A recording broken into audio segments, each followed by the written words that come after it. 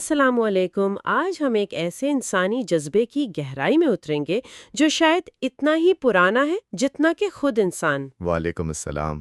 ایک ایسی آگ جو باہر نہیں اندر جلتی ہے، ایک ایسی بیماری جو نیکیوں کو ایسے کھا جاتی ہے جیسے دیمک لکڑی کو۔ جی آج کا ہمارا موضوع ہے حسد۔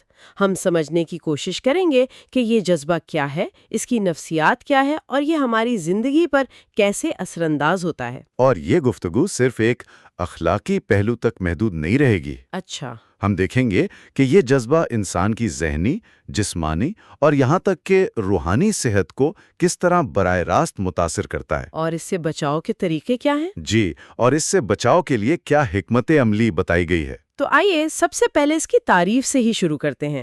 حسد اپنے بنیادی معنوں میں ہے کیا؟ دیکھیں، بالکل سادہ الفاظ میں اگر سمجھا جائے جی، تو حسد یہ ہے کہ آپ کسی دوسرے شخص کے پاس اللہ کی کوئی نعمت دیکھیں اور آپ کے دل میں یہ شدید خواہش پیدا ہو کہ وہ نعمت اس سے چھن جائے۔ یعنی اس کے پاس نہ رہے۔ جی، اس کے پاس نہ رہیں، بھلے وہ آپ کو ملے یا نہ ملے، بس دوسرے کا نقصان مقصود ہو۔ لیکن یہاں ایک بہت اہم سوال پیدا ہوتا ہے، کیا کسی کی کامیابی دیکھ کر اپنے لیے بھی ویسی ہی چیز کی خواہش کرنا حسد ہے؟ یہ ایک بہترین نکتہ ہے۔ کیونکہ یہ تو ایک فطری جذبہ لگتا ہے جو آگے بڑھنے پر اکساتا ہے۔ بالکل، اور یہیں حسد اور رشک کا فرق واضح کرنا بہت ضروری ہے۔ اسلام ان دونوں میں فرق کرتا ہے۔ اچھا، اگر آپ کسی کی نعمت دیکھ کر یہ خواہش کریں کہ اللہ اس کی نعمت کو سلامت رکھے اور مجھے بھی ویسی ہی نعمت عطا فرمائے، تو اسے رشک کہتے ہیں۔ اور یہ ایک مثبت جذبہ ہے۔ جی، یہ ایک مثبت جذبہ ہے جس کی اجازت ہے۔ لیکن آج ہماری گفتگو اس پہلی تباہ کن قسم کے بارے میں ہے جسے حسد کہتے ہیں۔ تو یہ سب نیت کا کھیل ہے۔ اب سوال یہ ہے کہ ایک حاسد شخص کو پہچانا کیسے جائے، کیونکہ اکثر تو یہ جذبہ چھپا ہوا ہوتا ہے۔ بالکل، یہ دل کی بیماری ہے، لیکن اس کے اثرات، اس کے جو لکشن ہیں، ہاں، وہ انسان کے رویے میں ظاہر ہو جاتے ہیں۔ اچھا، وہ کیا ہیں؟ پرانے مفکرین نے اس کی 3 بڑی واضح نشانیاں بیان کی ہیں جو آج بھی اتنی ہی سچی ہیں۔ جی، پہلی، جب وہ شخص آپ کے سامنے ہوگا تو حد سے زیادہ چاپلوسی کرے گا۔ اچھا، دوسری، جب آپ موجود نہیں ہوں گے تو آپ کی غیبت کرے گا۔ اور تیسری؟ اور تیسری، جب آپ پر کوئی مصیبت آئے گی تو اسے دلی خوشی ہوگی، بھلے ہی وہ ظاہری ہمدردی دکھائے۔ یہ تو بہت ہی خطرناک بات ہے۔ جی اسی سے جڑا ہوا مجھے ایک بہت گہرا قول یاد آ رہا ہے۔ جی، فرمائیے۔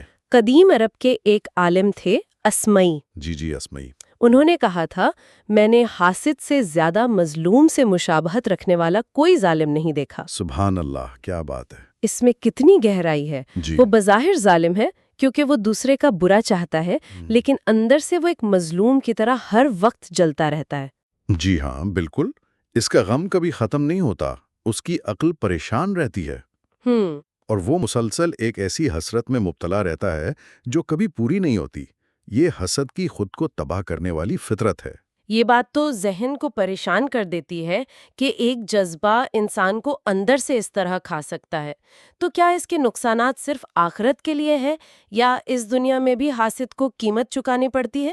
دیکھیں، اس میں سب سے گہری بات یہی ہے کہ حسد کی سزا کسی اور کو بعد میں خود حاسد کو فوراً ملتی ہے۔ فوراً؟ جی، یہ ایک ایسی آگ ہے جو پہلے اپنے ہی گھر کو جلاتی ہے۔ اسی نکتے کو ایک عالم ابو لیث سمرقندی نے بہت خوبصورتی سے 5 حصوں میں تقسیم کیا ہے۔ اچھا، وہ کہتے ہیں کہ حاسد کو 5 سزائیں دنیا میں ہی مل جاتی ہیں، اس سے پہلے کہ محسود تک کوئی نقصان پہنچے۔ یعنی جس سے حسد کیا جا رہا ہے اس تک پہنچنے سے پہلے ہی 5 سزائیں؟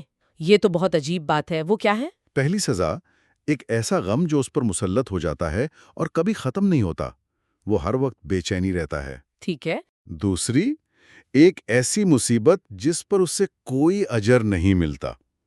عام طور پر مصیبت پر صبر کا اجر ملتا ہے، لیکن یہ خود خریدی ہوئی مصیبت ہے، اس پر کوئی ثواب نہیں۔ جی۔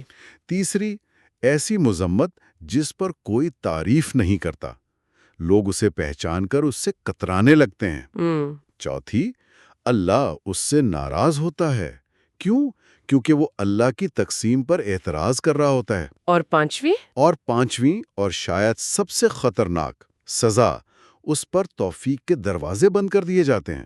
وہ بھلائی کے کاموں سے محروم ہو جاتا ہے۔ یہ تو روح اور ذہن پر پڑنے والے بہت کاری وار ہیں، لیکن کیا یہ آگ صرف روح تک محدود رہتی ہے یا اس کے شعلے جسم تک بھی پہنچتے ہیں؟ بالکل پہنچتے ہیں۔ 9ویں صدی کے ایک شاعر اور مفکر ابن المعتز نے اسے سیدھے سیدھے جسم کی بیماری کہا ہے۔ جسم کی بیماری؟ جی، اور اسی دور کے عالم اسماعی کا ایک واقعہ تو بہت ہی دلچسپ ہے جو اس بات کو ثابت کرتا ہے۔ وہ کیا واقعہ ہے؟ وہ بتاتے ہیں کہ انہوں نے صحرا میں ایک ایسے بزرگ کو دیکھا جن کی عمر 120 سال تھی، لیکن ان میں حیرت انگیز طاقت اور توانائی تھی۔ 120 سال؟ جی، جب ان سے اس لمبی اور صحت مند زندگی کا راز پوچھا گیا تو انہوں نے ایک جملے میں جواب دیا۔ کیا کہا انہوں نے؟ انہوں نے کہا، میں نے حسد کرنا چھوڑ دیا تو میرا جسم باقی رہ گیا۔ سبحان اللہ! میں نے حسد کرنا چھوڑ دیا تو میرا جسم باقی رہ گیا۔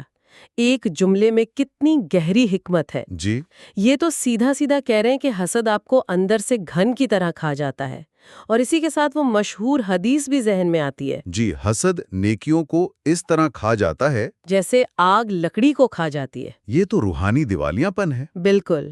گویا حاسد اپنے ہی اچھے اعمال کو، اپنی محنت سے کمائی ہوئی نیکیوں کو اس آگ کا ایندھن بناتا رہتا ہے۔ اور آخر میں اللہ کے سامنے مفلس ہو کر پیش ہوتا ہے۔ جی، یہی سب سے بڑا خسارہ ہے۔ اس منفی تصویر کے مقابلے میں قرآن پاک ہمیں ایک انتہائی مثبت مثال بھی دیتا ہے۔ جی، انصار مدینہ کی۔ جی ہاں، انصار مدینہ کی۔ فرمایا گیا کہ مہاجرین کو جو کچھ بھی دیا جاتا تھا وہ اپنے دلوں میں اس پر کوئی تنگی یا حسد محسوس نہیں کرتے تھے۔ یہ نفس کی پاکیزگی کا کتنا اونچا معیار ہے۔ بہت اونچا۔ اور یہ معیار اس لیے اونچا ہے کیونکہ یہ اللہ کی تقسیم پر مکمل رضا کی علامت ہے۔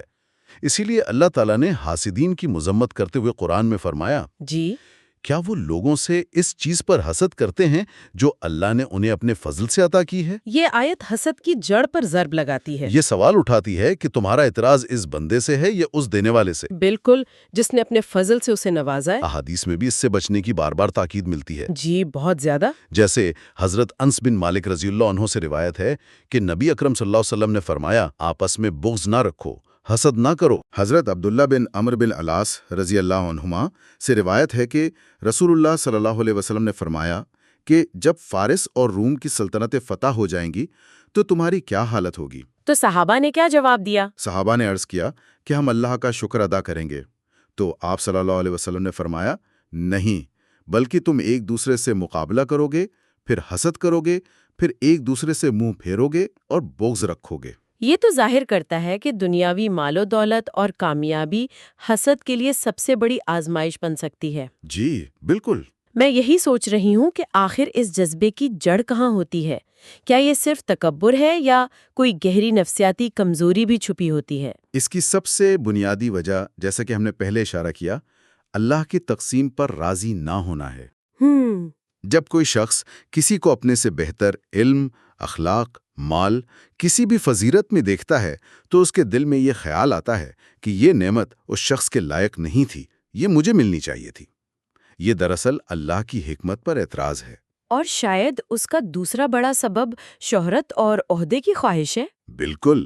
آج کے دور میں نمایاں ہونے، لائم لائٹ میں رہنے کی جو دوڑ لگی ہے وہ بھی اس آگ کو ہوا دیتی ہے۔ جی، جب کسی کو لگتا ہے کہ کوئی دوسرا اس سے آگے نکل رہا ہے تو حسد پیدا ہوتا ہے۔ یہی وجہ ہے کہ جس شخص کا مرتبہ جتنا بلند ہوتا ہے اس کے حاسد بھی اتنے ہی زیادہ ہوتے ہیں۔ یہ تو ہے۔ بالکل۔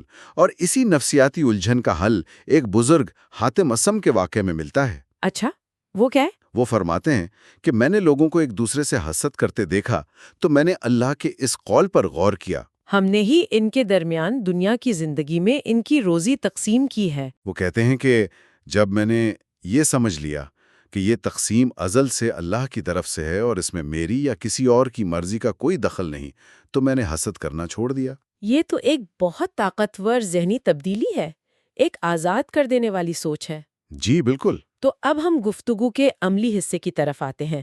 اگر کوئی شخص اپنے اندر حسد کا جذبہ محسوس کرے، جو کسی کے ساتھ بھی ہو سکتا ہے، تو اسے کیا کرنا چاہیے؟ یہ بہت اہم سوال ہے۔ اور دوسرا سوال یہ کہ دوسروں کے حسد سے خود کو کیسے محفوظ رکھا جائے؟ دیکھیں، پہلے سوال پر آتے ہیں۔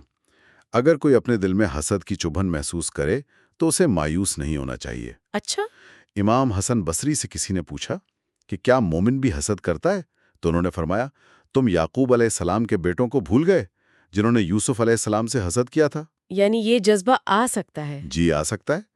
پھر انہوں نے نصیحت کی، لیکن جب تک تم اس حسد کو اپنے دل میں دبا کر رکھتے ہو اور اسے اپنی زبان یا ہاتھ سے ظاہر نہیں کرتے، وہ تمہیں نقصان نہیں دے گا۔ اس میں بڑی تسلی ہے، یعنی عمل نہ کیا جائے اس پر۔ جی، کریم اور باشعور انسان حسد کو چھپاتا ہے اور اس پر قابو پانے کی کوشش کرتا ہے، جبکہ کم ظرف شخص اسے ظاہر کر دیتا ہے۔ اور دوسروں کے حسد کے شر سے بچنے کے لیے کیا تدابیر ہیں؟ اس کے لیے سب سے پہلا اور سب سے مضبوط قلعہ اللہ کی پناہ مانگنا ہے۔ سورۃ الفلق؟ جی، جیسا کہ سورۃ الفلق میں ہمیں سکھایا گیا ہے، اور حسد کرنے والے کے شر سے پناہ مانگتا ہوں جب وہ حسد کرے۔ یہ روحانی حفاظت ہے۔ اور کوئی عملی حکمت عملی؟ جی، ایک عملی حکمت بھی سکھائی گئی ہے، اور وہ ہے اپنی نعمتوں کو حاسدوں کی نظروں سے بچانا۔ اچھا؟ شیخ الاسلام ابن تیمیہ فرماتے ہیں کہ جس شخص سے حسد کیا جائے اس کے لیے اس سے بہتر کوئی تدبیر نہیں کہ وہ اپنی نعمت کو حاسد سے چھپائے۔ اس کی بہترین مثال تو قرآن میں ہی حضرت یعقوب علیہ السلام کے واقعے میں ملتی ہے۔ جی بالکل۔ جب انہوں نے اپنے بیٹے حضرت یوسف علیہ السلام سے کہا کہ اپنا یہ خواب اپنے بھائیوں کو مت بتانا، ورنہ وہ تمہارے خلاف کوئی سازش کریں گے۔ اس سے یہ سبق ملتا ہے کہ اگر حسد کا حقیقی خطرہ ہو تو ہر نعمت کا ڈھنڈورا پیٹنا دانش مندی نہیں۔ جی۔ اور حسد کا ایک عملی اظہار جس سے لوگ اکثر ڈرتے ہیں وہ نظر بد ہے۔ نظر بد؟ جی، یہ دراصل حسد اور شدید تعجب کا وہ ارتکاز ہے جو نظروں کے ذریعے دوسرے پر اثر انداز ہو سکتا ہے۔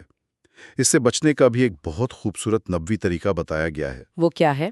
طریقہ یہ ہے کہ جب کسی کو اپنی یا کسی دوسرے کی کوئی چیز، چاہے وہ مال ہو، اولاد ہو یا کوئی خوبی، بہت اچھی لگے تو وہ فوراً اللہ کا ذکر کرے اور اس کے لیے برکت کی دعا دے۔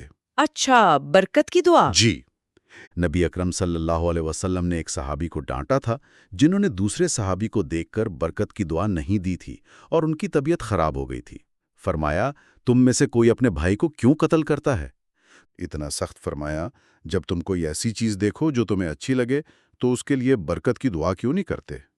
یعنی صرف ماشاءاللہ کہہ دینا کافی نہیں، بلکہ باقاعدہ برکت کی دعا دینی چاہیے، جیسے بارک اللہ کہنا؟ جی بالکل، بارک اللہ علیک یعنی اللہ آپ پر برکت نازل کرے، بارک اللہ لک یعنی اللہ آپ کے لیے اس میں برکت ڈالے، یا بارک اللہ فیک یعنی اللہ آپ میں برکت ڈال دے۔ اور یہ دعا ایک ڈھال بن جاتی ہے۔ جی، یہ اس نعمت کو نظر بد کے ممکنہ اثر سے محفوظ رکھتی ہے اور ساتھ ہی اپنے دل کو بھی حسد سے پاک کرتی ہے۔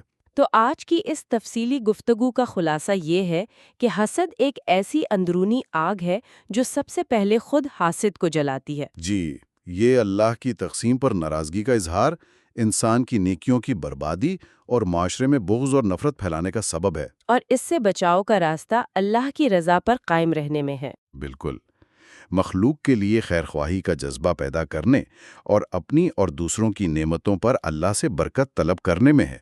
یہ صرف ایک منفی جذبے سے بچنا نہیں، بلکہ ایک مثبت اور پرسکون ذہنیت کو اپنانا ہے۔ آخر میں ایک سوچنے کی بات چھوڑے جاتی ہوں۔ ہم ایک ایسے دور میں جی رہے ہیں جہاں سوشل میڈیا کی وجہ سے ہر شخص کی زندگی کی بہترین جھلکیاں 24 گھنٹے دوسروں کے سامنے ہوتی ہیں۔ جی، یہ بہت اہم نکتہ ہے۔ ایسے میں اپنے دل کو دوسروں کی زندگیوں کو دیکھ کر حسد سے بچانا اور اپنی زندگی کو اس طرح پیش کرنے سے گریز کرنا کہ دوسرے حسد میں مبتلا ہوں، یہ کتنا بڑا اور حقیقی چیلنج بن چکا ہے۔ اس گہری گفتگو کا حصہ بننے کے لیے آپ کا شکریہ۔